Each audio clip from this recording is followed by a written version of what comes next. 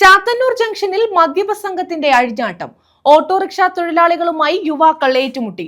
രണ്ടുപേരെ പോലീസ് കസ്റ്റഡിയിലെടുത്തു.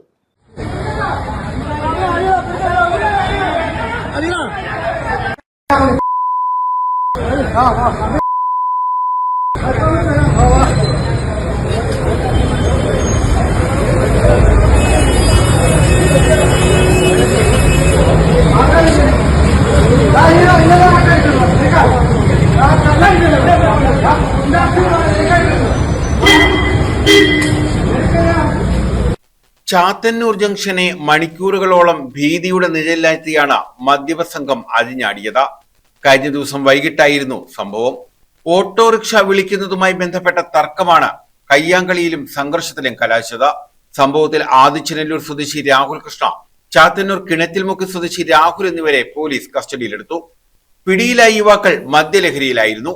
ജംഗ്ഷനിലെ ഓട്ടോ സ്റ്റാൻഡിൽ എത്തുന്നതിന് തൊട്ടുമുമ്പ് സമീപത്തെ ഹോട്ടൽ കയറിയ ഇവർ ഹോട്ടൽ ഉടമയെയും ജീവനക്കാരെയും അസഭ്യം പറയുകയും ഭീഷണിപ്പെടുത്തുകയും ചെയ്തു. ഇവിടെ നിന്ന് ഇറങ്ങിയ ശേഷമാണ് ഓട്ടോ സ്റ്റാൻഡിലേക്ക് എത്തിയത്. രോഗിയായ ഡ്രൈവർക്ക് നേരെ ഉണ്ടായ കയ്യേറ്റം തടയാൻ ശ്രമിച്ച തൊഴിലാളികൾക്കും മർദ്ദനമേറ്റു.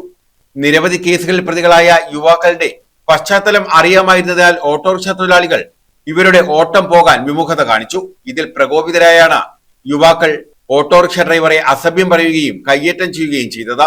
ഇത് കണ്ട് ഓടിയെത്തിയ മറ്റ് ഓട്ടോറിക്ഷ തൊഴിലാളികൾ യുവാക്കളെ ശാന്തരാക്കാനും സംഭവ സ്ഥലത്ത് നിന്നും പറഞ്ഞുവിടാനും ശ്രമിച്ചെങ്കിലും ഇവർ കൂടുതൽ അക്രമാസക്തരാവുകയായിരുന്നു.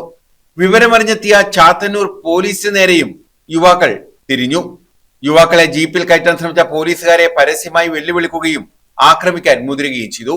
ഏറെ നേരത്തെ ബലപ്രയോഗത്തിന് ഒടുവിലാണ് ഇരുവരെയും പോലീസ് ജീപ്പിൽ കയറ്റിയത്. News bureau, Chathannoor.